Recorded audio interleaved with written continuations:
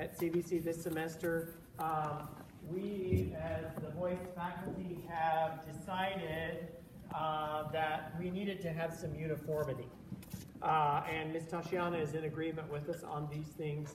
So these are now the music department voice area policies. They are policies that are general. Shane, would you make sure everybody gets one as they come in? Everyone who's studying voice at CVC will be adhering to these policies. So you can read it in general, and that'll be fine. I just want to go through and highlight a few things so that everybody understands. Okay? So when you want to be mad at Miss Julie, well, you can go ahead and be mad at Julie anyway. But when you want to get angry because they're expecting something of you, they're going to refer to this and say, sorry, this is just policy. This is the way it's going to be for everyone at Cedar Valley from this point on in time. Okay? Your grade will be based, your teacher will come up with the exact credentials and the exact details of your grading. This is not determining exactly how that runs. However, every grade will be based on a number of things. All right? So among those things, first of all, are your weekly lessons. And for all students, evidence has got to be given that we are. Can you put your cell phone away, please, for me right now? Thank you. I appreciate that. While we are taking lessons, I think the bottom line is this. You can have incredible experiences in a private lesson with an instructor.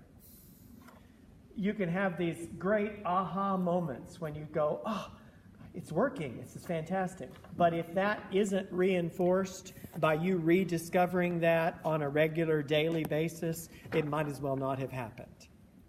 Okay?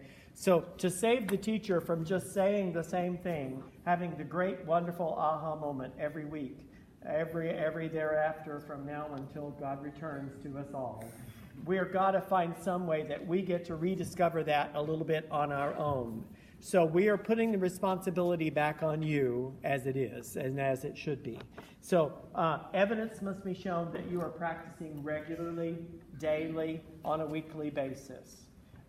We're going to have practice logs that are due every week. The teacher's going to decide whether they want to do that as a handwritten thing that you do, like a journal of practice, or whether they want to do it in some online digital format.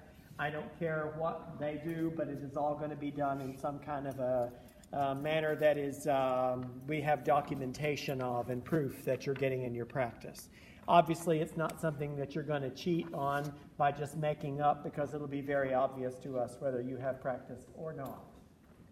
It's up to every teacher to decide along the way how much they're going to do with you if you don't practice.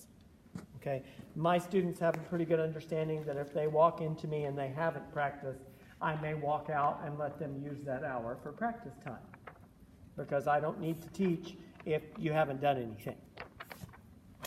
Okay, so that's up to each teacher to come to all of that stuff. Okay, you can read these details, but that's the essence of that. Does that make sense to you all? Okay. The other thing that's going to be consistent is attendance at the lessons. If your lesson starts at 12 o'clock, my people know that it's their job to come pounding on my door at 12 o'clock. Because if I have a lesson prior to them, I have a tendency to keep going. So they come and pound on the door when it's their turn.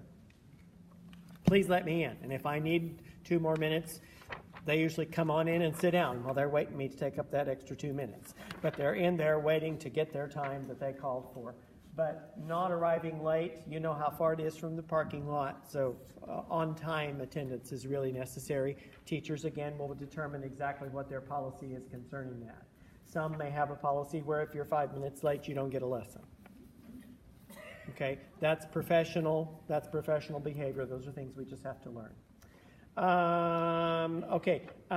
If you want an excused absence, you're sick, whatever the case may be, a 24 hours in advance cancellation. If you contact your teacher, your lesson's on a Wednesday, you contact them on Tuesday and say, I have a job interview, I have to be there, I can't make my lesson.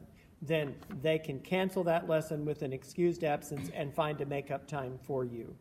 But if you're showing up, if you get a call 30 minutes before your lesson, I feel really sick, I can't make it today. Oh, I'm sorry, feel better. Okay, but then they're not required to make up that lesson. Okay, now this also holds the teachers to be accountable to always make up every lesson. You have paid for 15 weeks of lessons.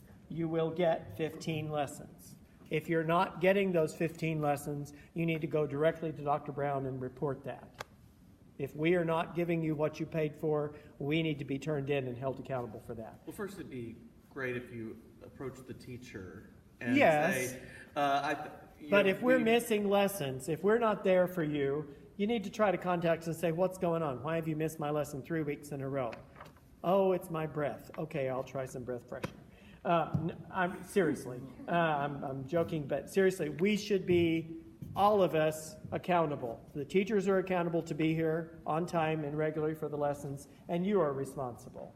If that's not happening, yes, of course, speak to the teacher first and ask them what's going on. You know, is there a problem? Okay, do we need to find a different time? Whatever's going on there, yes, communicate there. But ultimately, go to our coordinator, Dr. Brown, if you're having a problem. If I'm bugging you and driving you crazy, talk to Dr. Brown, that's fine. Okay, she's the coordinator. She has the authority to come to us and then help mediate this issue if there is a problem there along the way. Everybody okay with that? Understand? Okay. The amount of repertoire completed, generally, a student that is an hour student, it's understood that our students complete 6 memorized songs over the course of the semester. Half-hour students do 3 or 4 songs, depending on the student and depending on the song.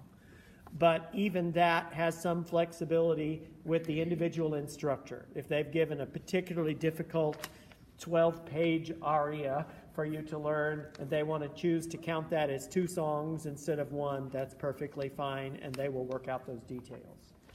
However, with all teachers, including Ms. Tashiana, I want you all to understand that we are your instructors. We're getting to know your voice, and we are going to pick song selections for you to work on because we feel like that's going to build your voice and build your technique. So you do not decide the repertoire, we decide the repertoire. Now, if you've got a song you're dying to sing, you can ask the teacher about that. But it is the instructors who determine your repertoire, not you. Okay, everybody understand that? Okay. Okay, moving on, section C. There's, for those of you who've been around forever, forgive me my repetition here, but this is the way it is. We have a mid-semester jury and an end-of-semester jury. The mid-semester jury, the teacher will determine what songs you're responsible for. You'll fill out a form, which is a new form this semester that we have ready for everybody. You'll fill out a form with 5 copies, because there'll be 5 of us in there adjudicating for you. And then you sing for all 5 of us. We all will evaluate you, and we're evaluating you on a series of things that's on this 3rd page you've got here called Technical Performance Expectations of CV Voice Students. Now, I'm not going to read through every detail of that. I'm going to let you look over it. But that's what you're going to be adjudicated over, and that is for you to understand those are the expectations. We have the mid-semester jury and the final, both of them videotaped. I videotape them, I upload them to YouTube. They're unlisted, they are private, they're not for general public to look at. But I send the link to your private teacher, and then your private teacher can decide if they want to send it to you, and you have more work to do. Like my students this semester are going to watch their jury and write me a 1-page critique of themselves. Because I want them to evaluate themselves and evaluate their performance and then see the comments that we as instructors made, and see what was I noticing. They noticed the same thing I noticed. I see it's a problem. And I want you to be able to see that and have that as a good benchmark to recognize. Then when you have your final jury, you can compare and see how much more you've grown in that length of time. If you're like many of our students who take over multiple semesters, even with different ones of us, and study with multiple teachers, which is a great thing because then you get a little more feedback, a little different angle on it. you'll have all of those juries from all the semesters that you were here, and you can compare back and look and see how much you've grown and progressed. And I think a lot of you who've been around a while can say you actually can see that you've made some progress along the way, and it's good to be able to look at that. Okay, finally, the last area, for the juries, and you read this and look over this, but the attire is professional. You dress up for a jury. You don't show up in jeans and a t-shirt. Everybody dresses up. Treat it like it's a performance, because you need that to get you in the right frame of mind, and we like it also in the right frame of mind. So we come in there and approach it. You'll probably find Julie going nuts over you girls' shoes, because she always gets envious of the new shoes that she sees, although Shane and I are fine without the shoes.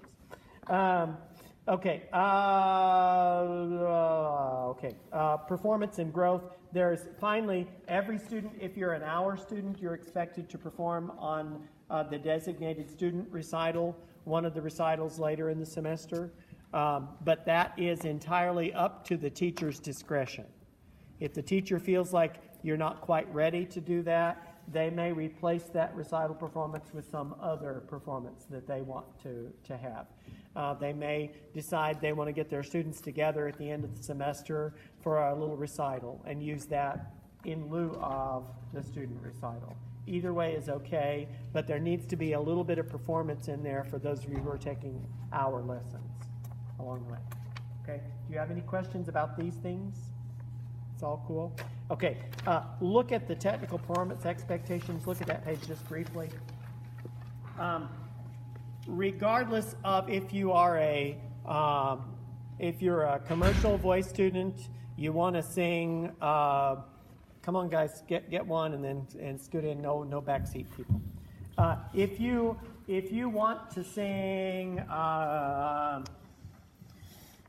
reggae, or you want to sing, you want to be a rapper, or whatever the case, if you are studying voice, please come on down and get a sheet. If you're wanting to study voice at Cedar Valley College, there are basics of technique that we expect of every single student. Basics of posture, basics of breathing should be evidenced with whatever you're singing whenever you sing it.